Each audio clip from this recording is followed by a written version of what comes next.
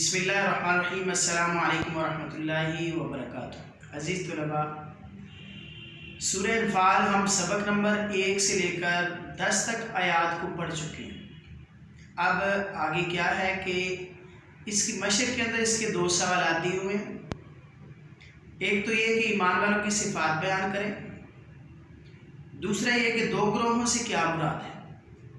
तो आप लोगों ने ईमान वालों की सिफ़ात भी पढ़ ली है। इन्नमल मुमिनूना अल्लज़ीना इज़ा ज़ुकिरल्लाहु वजिलत कुलूबुहुम व इज़ा तुलियत अलैहिम आयातुहु ज़ादतहुम ईमाना व अला रब्बिहिम यतवक्कलून अल्लज़ीना युक़ीमूना अस्सलाता व मिम्मा रज़क़नाहुम युनफ़िक़ून उलाइका हुमुल मुमिनूना हक़्क़न लहुम दरजातुन इंदा रब्बिहिम व मग़फ़िरतुन व रिज़्क़ुन करीम।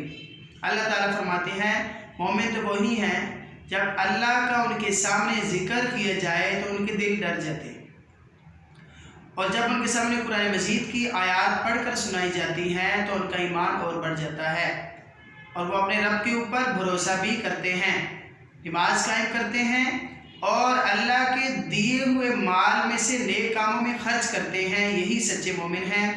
अल्लाह ने सच्चे मोमिनों के लिए लहुम दरजातुन इंदा रब्बिहिम, उनके लिए दरजात हैं अपने परवरदिगार के यहाँ, व मग़फ़िरतुन और बख्शिश है, व रिज़्क़ुन करीम और इज़्ज़त की रोज़ी है।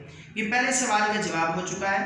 इसके अलावा अगर ये एक सवाल बनाया जाए तो ये सवाल बनता है कि अल्लाह ताला ने ईमान वालों के लिए किस इनाम का ज़िक्र फरमाया है।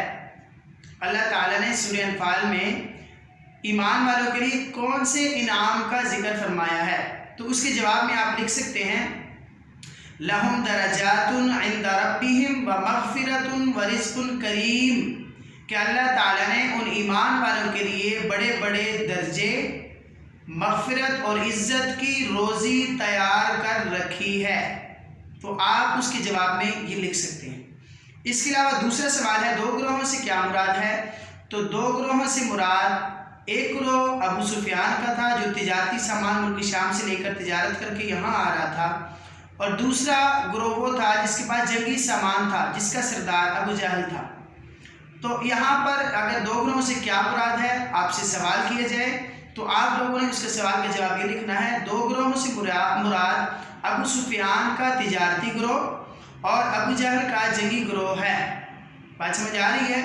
अगर खाली नाम पूछे जाते हैं आपसे 2 ग्रोहों का नाम क्या है तो आप अबू सुफियान का एक ग्रोह और दूसरा ग्रोह अबू जहल का है, आप ऐसे लिख सकते हैं। अगर इससे मुराद कौन सी है फिर भी आप यही जवाब लिखेंगे कि अबू सुफियान का जो तिजारती ग्रोह था और अबू जहल का जो ग्रोह था वो जंगी ग्रोह था। बात समझ आ रही है। आगे इसके आगे अल्फाज मानी हैं 10 आपके अल्फाज मानी, वहाँ पर आपने वो लफ्ज़ पर लफ्ज़ याद करने हैं और ये अल्फाज जो आपके हैं ये बतौर MCQs आपके क्वेश्चन पेपर के अंदर आ सकते हैं।